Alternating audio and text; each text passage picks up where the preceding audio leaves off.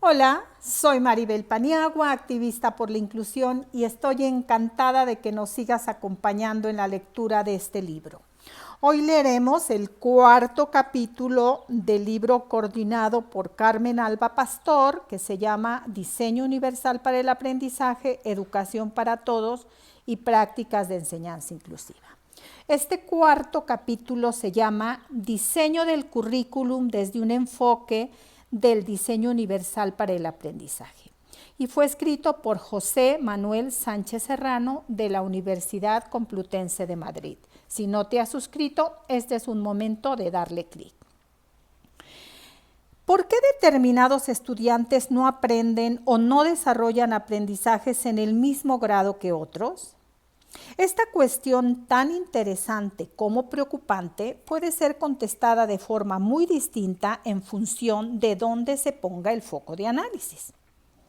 Algunas respuestas que se repiten frecuentemente en el discurso docente y en el de gran parte de la comunidad educativa son que los estudiantes no se esfuerzan, no tienen interés, o cuando se trata de alumnos con algún tipo de discapacidad o dificultad de aprendizaje, que no dan para más.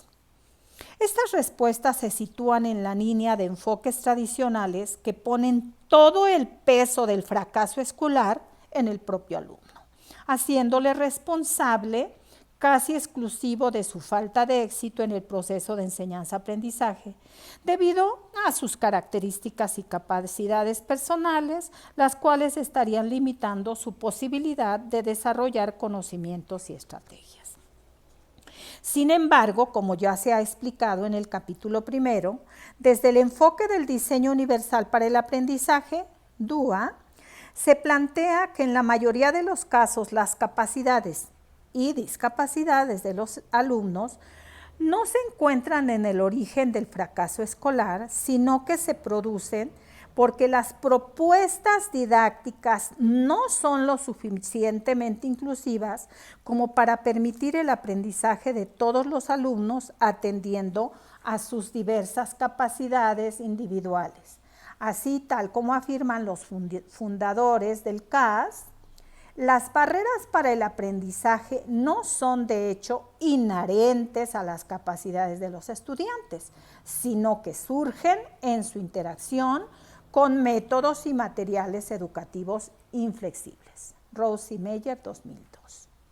Es decir, el DUA plantea que la causa principal por la que un alumno no es capaz de acceder al aprendizaje se encuentra en el propio diseño curricular, que en la mayoría de los casos se caracteriza por la falta de flexibilidad y de capacidad para adecuarse a las diversas formas que tienen los alumnos de aprender. Dada esta falta de flexibilidad, se reducen las maneras en que los estudiantes pueden interaccionar y desarrollar aprendizajes. Desde este punto de vista, sería el propio currículum el que no da para más y el responsable de generar procesos de exclusión educativa. Un currículum rígido condena a la exclusión a una población muy numerosa, no solo a la que presenta necesidades educativas especiales, y eso hay que corregirlo de inmediato en la educación obligatoria de la sociedad democrática, dice Casanova en el 2011.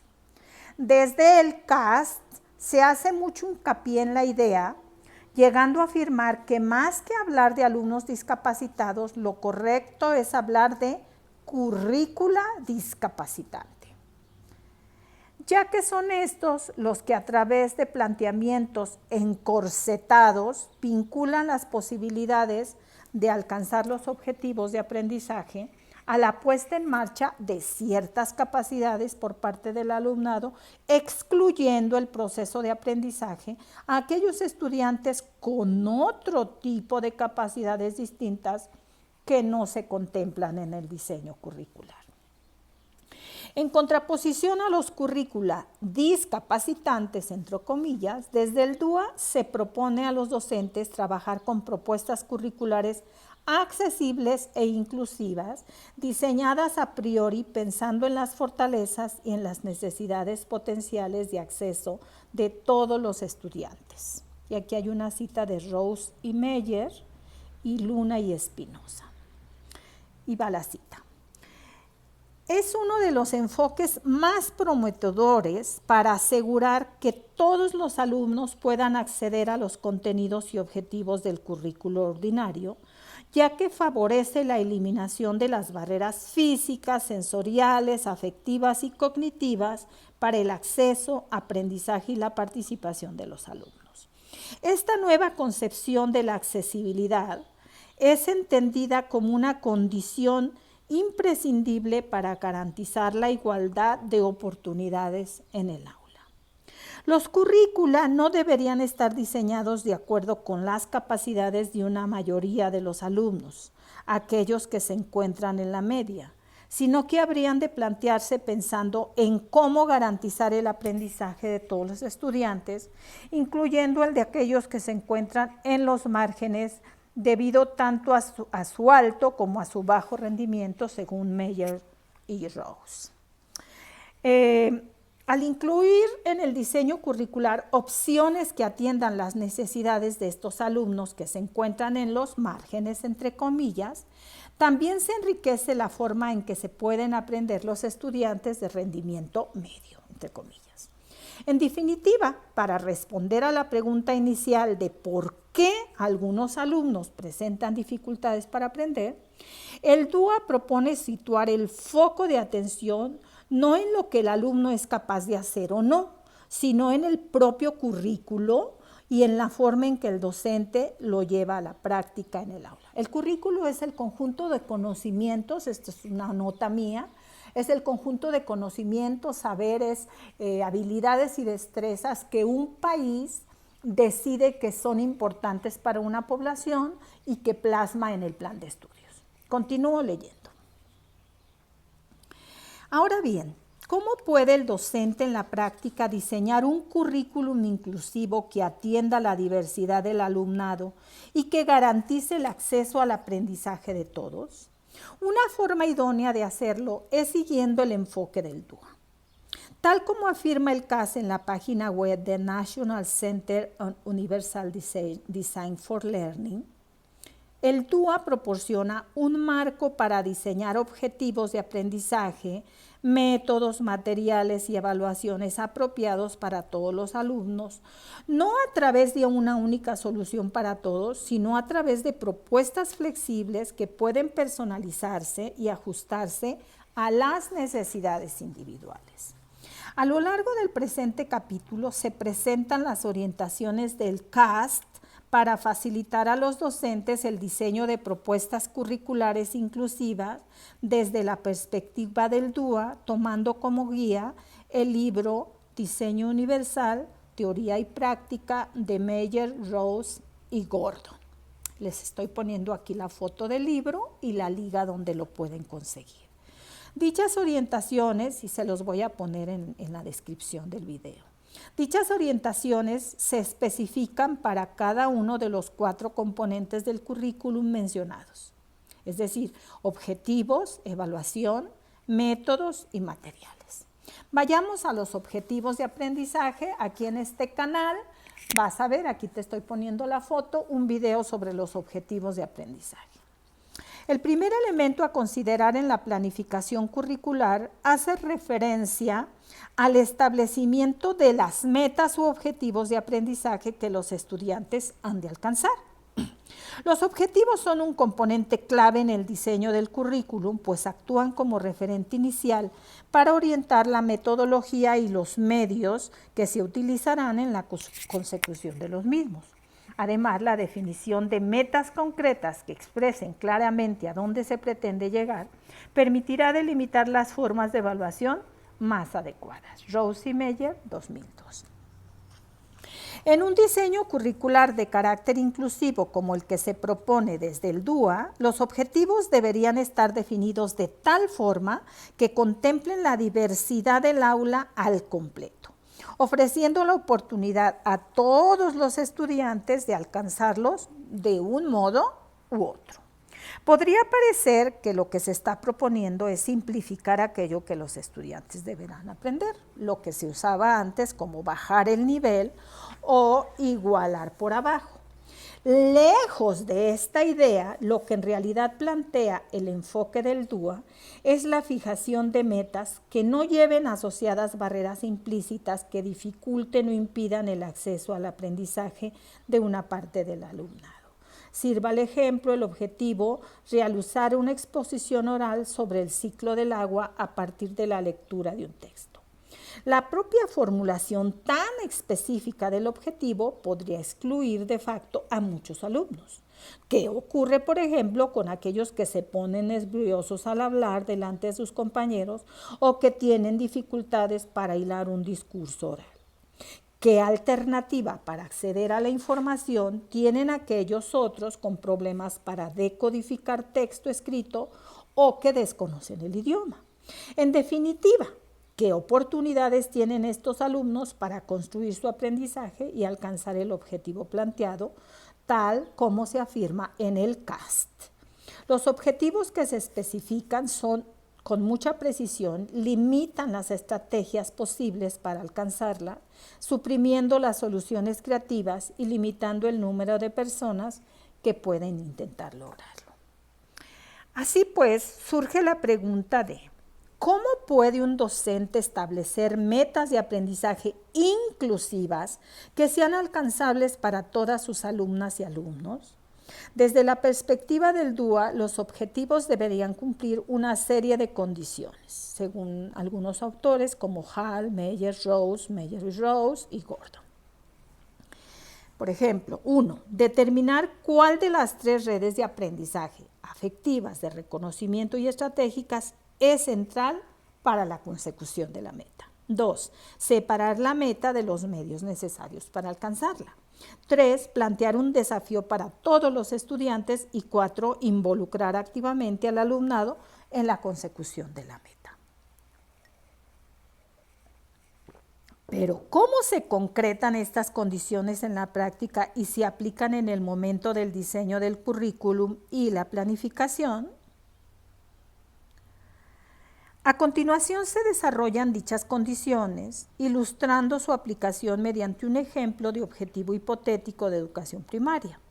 El objetivo en cuestión pertenece al área de música. Se plantea en la última unidad didáctica del primer trimestre y está formado como sigue. Desarrollar motivación por la producción musical tocando un villancico con la flauta.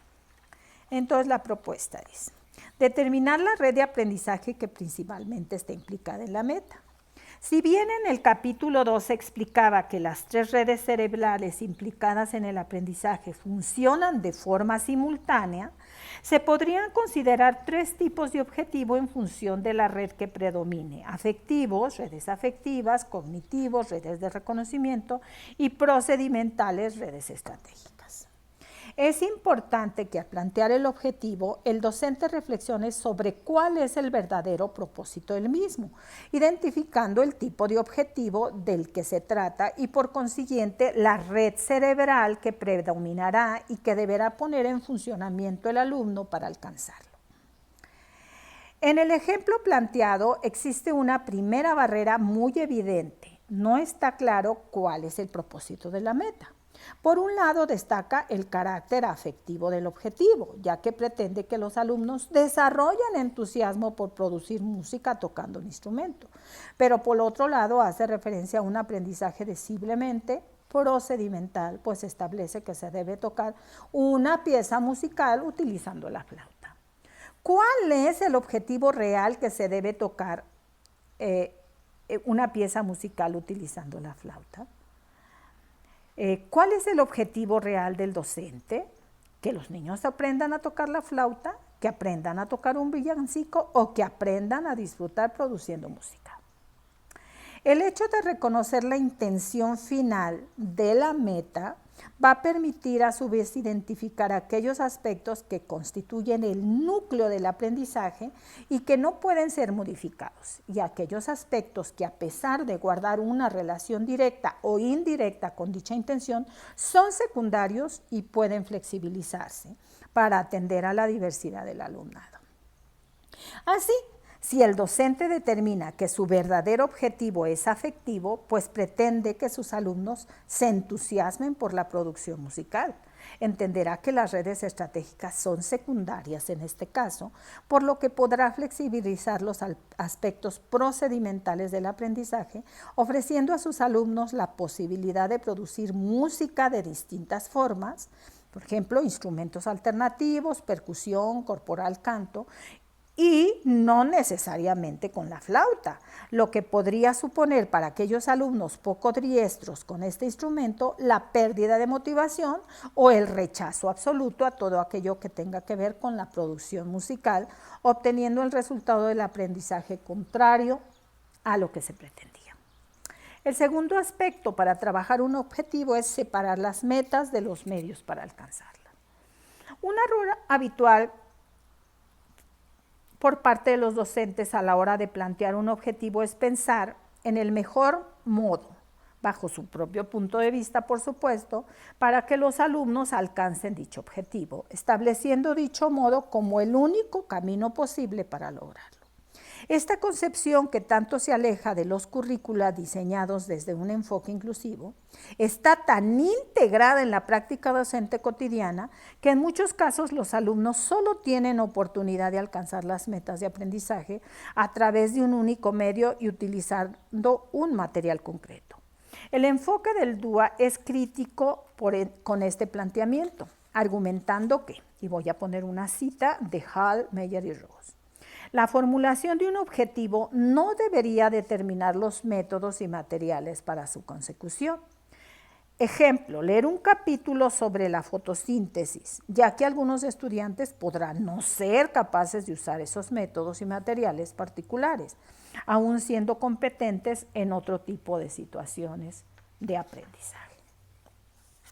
En el ejemplo planteado se limita la forma de desarrollar motivación por la producción musical a una única opción, tocando la flauta. Más aún, el cumplimiento del objetivo está vinculado a que el alumno toque un villancico. Al ligar el entusiasmo por producir música a un único instrumento y a un villancico, a un tipo de pieza musical, el docente está excluyendo a buena parte de los alumnos. ¿Qué ocurre con los alumnos que no saben tocar la flauta o que están en proceso de aprender pero aún no son capaces de tocar una pieza completa? ¿Se motivarán para producir música cuando no puedan hacerlo de una forma única porque se les ha dicho que deben hacerlo? Por otro lado, ¿podrán motivarse por tocar un villancico aquellos alumnos para los cuales significa poco o nada la Navidad debido a su origen cultural? Para evitar que el planteamiento de los objetivos encorsete la forma en que los alumnos trabajan para alcanzarlos, el docente no debe especificar los medios y materiales necesarios, dejando esto para un momento posterior del diseño curricular. Libre de las ataduras que supone partir de objetivos excesivamente específicos, el docente podrá ofrecer distintas alternativas metodológicas y recursos didácticos variados que respondan a la variabilidad del alumnado, garantizando que todos puedan lograr el objetivo. Plantear un desafío o reto para todos los estudiantes.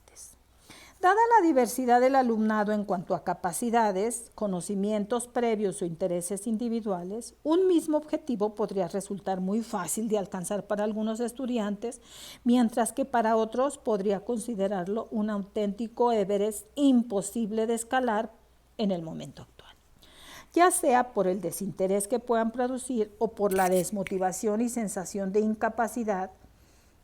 Los objetivos no deberían ser planteados especificando el nivel de desempeño que se espera que logren los alumnos. Por el contrario, desde el enfoque del DUA en aras de respetar la diversidad del alumnado, los docentes deberían establecer metas que planteen retos apropiados para todos los estudiantes. Volviendo al ejemplo que ocupa este apartado, el objetivo plantea un reto con un nivel de desafío muy concreto. Los estudiantes han de tocar un villancico con la flauta. Este desafío es igual para todos, sin embargo, ¿realmente supondrá un reto de aprendizaje para los alumnos que desde pequeños hayan asistido a una escuela de música o al conservatorio? En el caso de los alumnos que aún estén aprendiendo a tocar la flauta, el reto se inscribe dentro de los límites de lo que pueden aprender a lo largo de la unidad didáctica o se excede de ella y necesitarían más tiempo. El enfoque del DUA recoge el concepto de zona de desarrollo próximo planteado por Vygotsky como un nivel justo para enfrentar una tarea donde ni sea tan fácil para realizar que no requiere esfuerzo, ni sea tan difícil que no pueda lograrse. Para que una meta de aprendizaje plantee un reto, este debe situarse en la zona de desarrollo próximo del alumno, lo que permitirá que se active el flow, el proceso, entendiendo este concepto con un sentido de implicación y mantenimiento de la atención de la tarea, según Rose y Miller. En definitiva, los objetivos de aprendizaje deberían definirse sin especificar el nivel de desempeño para que a la hora de diseñar las actividades o las evaluaciones, éstas puedan individualizarse de tal forma que supongan un reto para todos los alumnos. Vamos al último aspecto de cómo deben ser los objetivos, que es involucrar al alumno de forma activa en la consecución de la tarea. El DUA pretende en última instancia que los estudiantes se conviertan en aprendices expertos.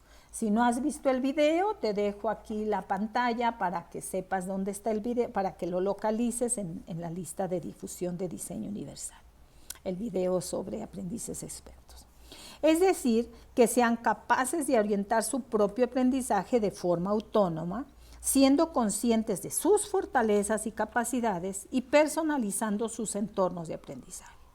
En este sentido, es esencial, por un lado, que los alumnos sean conscientes de lo que se espera de ellos, esto es, conocer cuáles son las metas de aprendizaje concretas que se van a trabajar por un lado, y por otro, que aprendan a fijarse objetivos personales que se encuadren dentro de la meta curricular propuesta.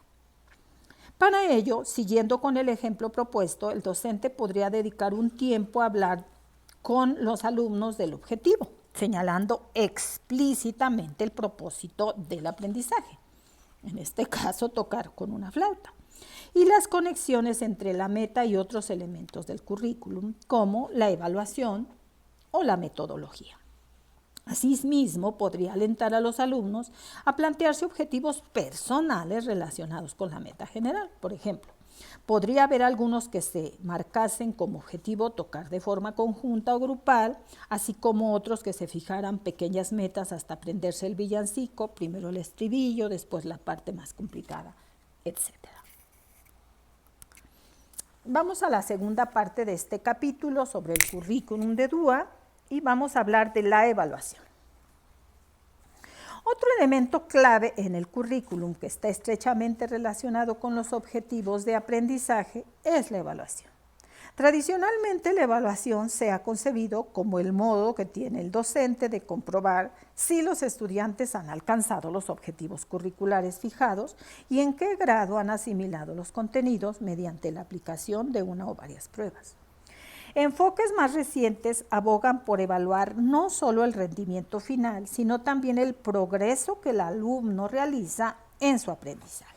Por ahí tenemos un video sobre la evaluación con DUA, te dejo aquí la pantalla por si quieres ir a verlo. Sin embargo, en ambos casos, los procesos de evaluación se centran únicamente en el alumno, recayendo sobre todo este peso del éxito o fracaso, sobre todo el éxito o fracaso del aprendizaje, y eximiendo de toda responsabilidad por omisión a aquello que se encuentre en la base del proceso de aprendizaje y que sirve para orientarlo, que es el diseño curricular. El enfoque del DUA, por el contrario, propone poner el foco de la evaluación en el propio currículo. Un docente que pretenda poner en práctica diseños curriculares inclusivos que atiendan a la diversidad del alumnado en lugar de preguntarse ¿qué les ocurre a determinados alumnos que no son capaces de aprender con sus propuestas didácticas? Debe cuestionarse ¿qué le ocurre a mi propuesta didáctica que no facilita el aprendizaje de determinados alumnos? El foco en el diseño y no en el alumno. Esto no significa que no debe evaluarse el aprendizaje del alumno. Lo que quiere decir es que en muchas ocasiones, si un alumno demuestra bajo rendimiento, ello podría deberse a que el diseño curricular no es inclusivo y no le permite desarrollar su aprendizaje o demostrar lo que sabe. Es por ello que los docentes deben evaluar también sus programaciones y diseños curriculares, detectando las barreras presentes en dichos diseños que están obstaculizando el aprendizaje de determinados estudiantes. Por otro lado, el enfoque DUA plantea que las evaluaciones inclusivas que contemplan la diversidad del alumnado deben cumplir 5 requisitos: ser continuas y centrarse en el progreso del estudiante, medir tanto los resultados como los procesos, ser flexibles, evaluar realmente lo que pretenden evaluar y involucrar activamente a los estudiantes e informarles de su aprendizaje. A continuación se explica brevemente cada uno de estos requisitos. El primero, evaluaciones continuas centradas en el proceso. En muchas ocasiones las evaluaciones tienden a focalizarse en el rendimiento del alumno, en el producto final, en aquello que el estudiante es capaz de demostrar que ha aprendido. Esta concepción de la evaluación, conocida como evaluación sumativa, pese a ser apropiada como forma de obtener información al finalizar un proceso de aprendizaje concreto, debido precisamente a ese carácter finalista, va a ser poco eficaz para apoyar a los alumnos durante el proceso de aprendizaje.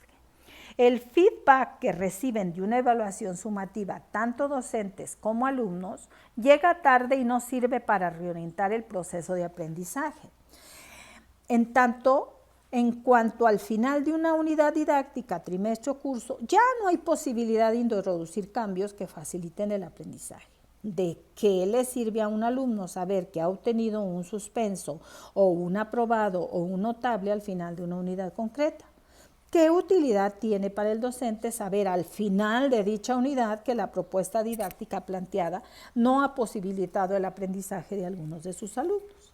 Frente a este enfoque, el DUA apuesta por la utilización de evaluaciones formativas y de carácter continuo, que proporcionen información sobre la evolución del aprendizaje del estudiante, sobre su progreso, al contrario que la evaluación sumativa. La evaluación formativa suministra al docente información en tiempo real acerca de si los alumnos están aprendiendo o no con las propuestas didácticas que ha desarrollado, lo que le va a permitir introducir sobre la marcha los cambios necesarios en la misma para posibilitar que estos tengan éxito en la consecución de los objetivos. ¿Cómo puede un docente medir el progreso de sus estudiantes? Algunas estrategias que puede utilizar para aplicar una evaluación de carácter formativo son: 1. Hablar directamente con los estudiantes y observarlos mientras trabajan. 2. Realizar mini pruebas de control de forma asidua, por ejemplo, pedirles que definan un concepto. 3. Revisar el trabajo diario de los estudiantes, cuadernos o trabajos. 4. Evaluar a los alumnos con instrumentos que recojan el trabajo continuo y el aprendizaje desarrollado, como por ejemplo el portafolio. Vamos al punto 2 de la evaluación, que son evaluaciones centradas tanto en los procesos como en los resultados. En el punto anterior se ha resaltado la importancia de la evaluación formativa como modo de saber si los estudiantes están aprendiendo o no, con el fin de introducir las modificaciones oportunas en el diseño curricular. Sin embargo, una vez que el docente es consciente de que una propuesta didáctica no está funcionando, ¿en qué dirección han de ir dichas modificaciones? ¿Cómo saber qué tipo de cambios realizar de tal forma que la propuesta resultante sea más inclusiva que la original y apoye a todos los alumnos en su aprendizaje? La respuesta que da el DUA a estas cuestiones es que el docente evalúe los procesos de aprendizaje de sus alumnos, es decir, cómo aprenden. Así, en su práctica cotidiana, el docente debería fijarse en aspectos tales como las metodologías o tipos de actividades que más motivan a sus alumnos y que los hacen implicarse en mayor medida, o en los tipos de agrupamiento con los que obtienen un mejor rendimiento en las tareas, o en los andamiajes más útiles para apoyar su aprendizaje. Vas a encontrar un video sobre andamiajes aquí en este canal, te invito a verlo. Así, de lo que se trataría no es de conocer solamente si los alumnos al realizar un trabajo por parejas están aprendiendo o no, sino si con este tipo de agrupamiento están aprendiendo más y mejor que haciéndolo individualmente o en pequeños grupos. Además, este análisis permitirá al docente, en su futuro inmediato, elaborar propuestas didácticas más inclusivas que apoyen los procesos de aprendizaje de los estudiantes desde el momento inicial del diseño curricular. Evaluaciones flexibles. Anteriormente este apartado se ha hecho referencia a la evaluación como la forma de conocer aquello que los alumnos son capaces de demostrar que han aprendido.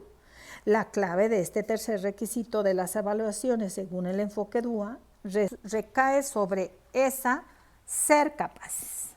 Hay ocasiones en que los estudiantes suspenden o reprueban y sin embargo no se trata de que no hayan aprendido, sino de que no tienen opción de demostrarlo a través de las pruebas planteadas por el docente o bajo las condiciones de aplicación que éstas requieren. Por ejemplo, una prueba de evaluación que consistiera en una redacción escrita sobre la fotosíntesis podría constituir un obstáculo para aquellos estudiantes que aún no hayan desarrollado fluidez en la expresión escrita, no permitiéndoles expresar sus conocimientos sobre el tema. Desde el enfoque DUA, partiendo de la idea de que los estudiantes presentan diferencias individuales en la forma de aprender, como ya se explicó en el capítulo 2, se apunta de la misma prueba aplicada de la misma forma y bajo las mismas condiciones, no puede ser realizada en igualdad de condiciones por todos los alumnos, de acuerdo con lo que nos dice Ross y Meyer. Es por eso que el docente debería plantear evaluaciones flexibles que permitan expresar a todos los estudiantes lo que han aprendido. Así, ¿qué supone introducir flexibilidad en el diseño de la evaluación? Algunos ejemplos, les voy a dar dos, de ellos son: ofrecer múltiples formas de evaluación que se adapten a las capacidades y necesidades de los distintos alumnos, dotando el proceso de flexibilidad tanto en la presentación, proporcionando distintos medios y apoyos para presentar la información y hacerlo en distintos formatos, como en la expresión, permitiendo a los alumnos expresar lo que saben a través de múltiples medios, y en la motivación y la implicación, dotando la evaluación de un contexto que suscite el interés y el compromiso. Retomando el ejemplo anterior, el docente podría ofrecer la posibilidad a sus alumnos de expresar lo que saben sobre la fotosíntesis, no solo a través de una redacción escrita, tipo examen, sino también a través de un dibujo, con las frases o modo de infografía o mediante una exposición oral, utilizando un esquema. Ofrecer flexibilidad en cuanto a las condiciones de aplicación de la prueba. Por ejemplo, esta es la segunda manera.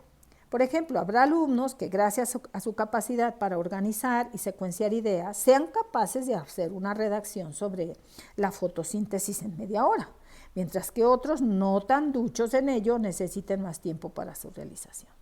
En este punto es importante pensar en todas aquellas variables relacionadas con las redes afectivas, ya que la evaluación suele provocar una fuerte carga emocional en los estudiantes que puede provocarles dificultades para expresar lo que saben, dificultades que podrían atajarse al controlar dichas variables afectivas.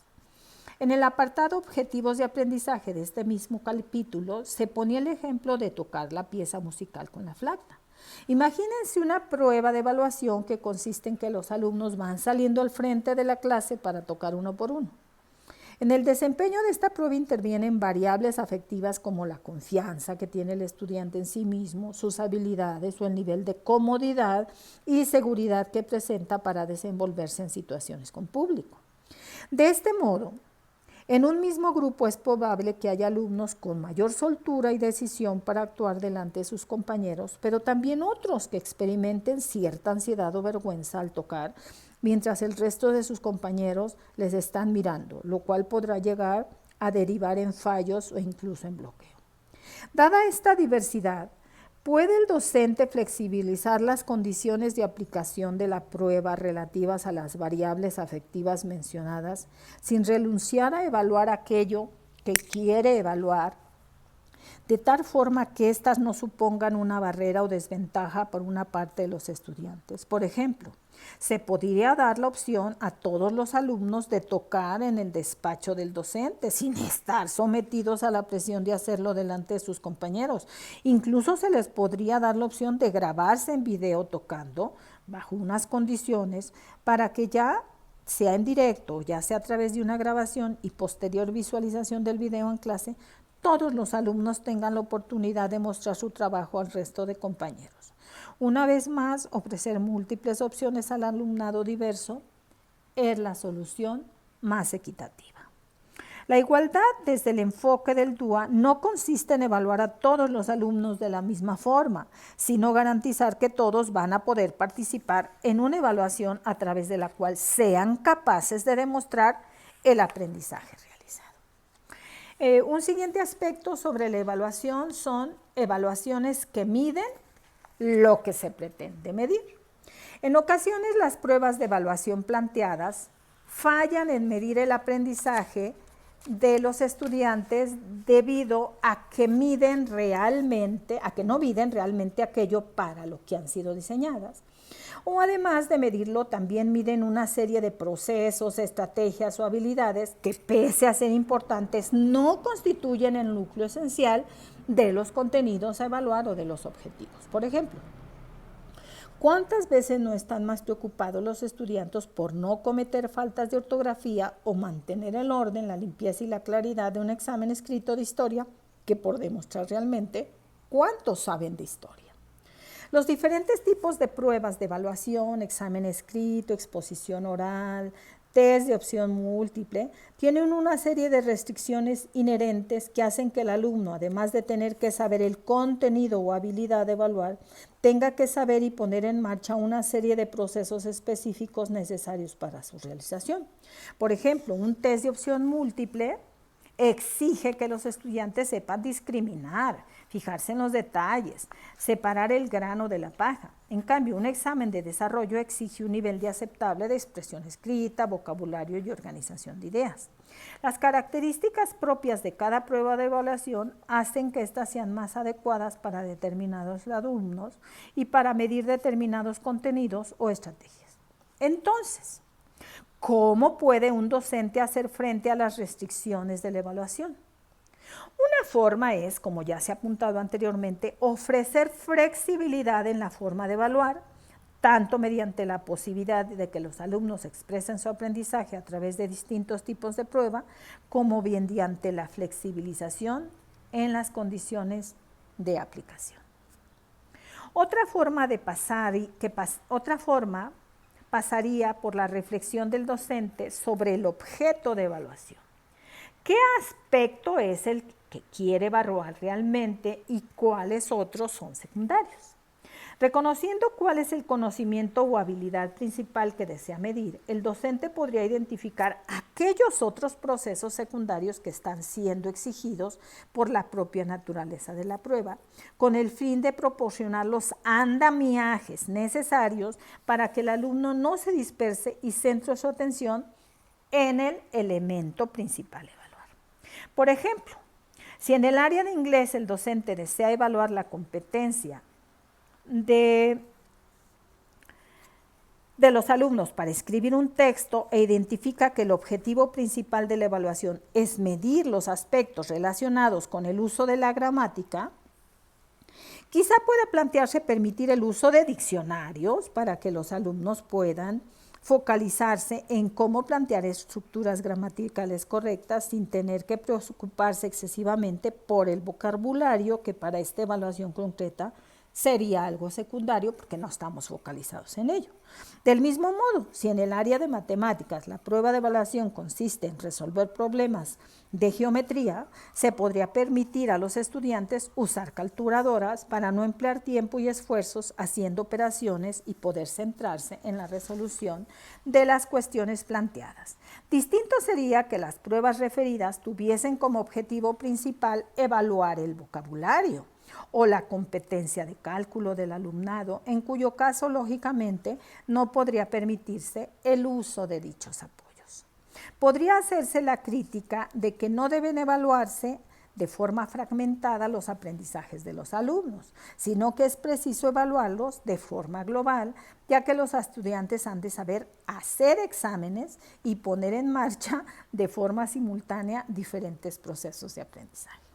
Esta idea de evaluar de forma integral o global no solo no estaría reñida con el DUA, sino que además sería compartida por dicho enfoque, teniendo en cuenta su concepción de aprendiz experto a la que se ha hecho referencia anteriormente. Sin embargo, hay que entender que hasta que no se interioricen determinados procesos, estos no van a poder realizarse al mismo tiempo que otros. Por ejemplo, cuando a un niño se le enseña a atarse los cordones de los zapatos, el niño va a necesitar poner los 5 sentidos en esta tarea y no va a poder ser capaz de hacer otra cosa al mismo tiempo, como mantener una conversación, hasta que interiorice ese aprendizaje. Del mismo modo, si a un estudiante que aún no ha interiorizado cómo se escriben correctamente las palabras, se le exige que se centre en no cometer faltas de ortografía a la hora de hacer un examen escrito sobre la Edad Media, el estudiante podría verse sobrepasado por la necesidad de atender a tantos estímulos y fallar a una prueba de evaluación. Finalmente, en este apartado de evaluación hablaremos sobre evaluaciones que involucran a los alumnos y aportan feedback o retroalimentación orientada. Imagínese el caso de 3 estudiantes que al final de la unidad didáctica reciben las calificaciones de su evaluación. Uno, 6.5 bien, otro, 8 notable y un 4 insuficiente. Más allá de la sensación de satisfacción o frustración que provoca conocer la nota obtenida, ¿qué utilidad tiene esta para el aprendizaje de los 3 estudiantes? El modo en que se les esté informando sobre su rendimiento exclusivamente de forma cuantitativa, ¿les sirve para conocer qué aspectos del aprendizaje no han desarrollado suficientemente? ¿O les señala aquellos puntos del aprendizaje que no han desarrollado o que no han sido capaces de demostrar? Para ambas preguntas la respuesta es un no rotundo. Existe una inercia en la tradición docente con respecto a la forma de evaluar que se traduce en evaluaciones que solo informan cuantitativamente del resultado final del desempeño del alumno. Este feedback no es útil para los estudiantes, pues no fundamenta el porqué de la calificación numérica y no identifica los puntos fuertes y débiles del aprendizaje realizado, lo cual les permitiría introducir cambios en la forma en que se enfrentan al proceso de aprender con el fin de mejorar. El alumno que ha sacado un 4 en un examen es consciente de que tiene que mejorar. ¿Pero cómo?, se preguntará. ¿En qué he fallado? Por otro lado, algo habrá tenido que hacer bien para sumar 4 puntos. ¿Pero qué? Este enfoque tradicional de la evaluación es percibido por los estudiantes como una mera forma de rendir cuentas ante un agente externo, el docente, por ejemplo. La evaluación se vive desde una actitud pasiva en el sentido de que el alumno siente que no es útil para su aprendizaje, sino solo como un modo de informar a otro de lo que sabe. En contraposición a este enfoque, desde el DUA se apuesta por evaluaciones de carácter cualitativo que devuelven al alumno un feedback orientado a la mejora sobre el estado actual de su aprendizaje. El feedback orientado a la mejora podría entenderse como aquella retroalimentación que informa sobre las fortalezas y las debilidades del aprendizaje realizado, indicando distintos modos de mantener los puntos fuertes y de mejorar los puntos débiles. Este tipo de evaluación permite que el alumno se involucre de forma activa, pues ya no se trata de demostrar el rendimiento ante un tercero, sino que sirve como forma de apoyar el propio proceso de aprendizaje al estar orientada a la mejora. Hasta aquí vamos a dejar esta parte del capítulo porque es un capítulo largo. Luego vamos a compartir en lo que se refiere a la currícula, la metodología y materiales en la siguiente entrada y en la última entrada vamos a compartir cómo se diseña un proceso DUA, una planificación con DUA. Pues muchas gracias por estar aquí con nosotros en este cuarto capítulo y nos vemos en la siguiente. Suscríbete. Gracias.